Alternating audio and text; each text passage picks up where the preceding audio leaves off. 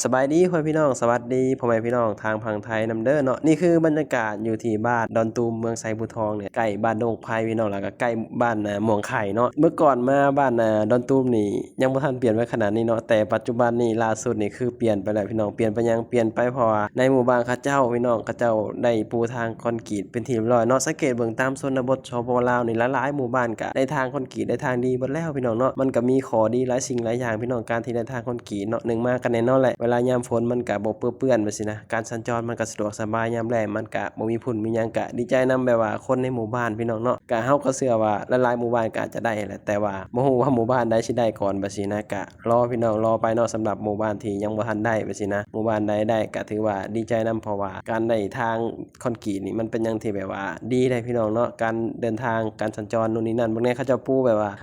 ทั่วหมู่บ้านทุกซอกทุกมุมเลยพี่น้องทุกซอยเลยเนาะประมาณนี้แหละพี่น้องอันนี้คือบรรยากาศอยู่ที่บ้านดอนตูมพี่น้องเมืองไซบูทองเนาะ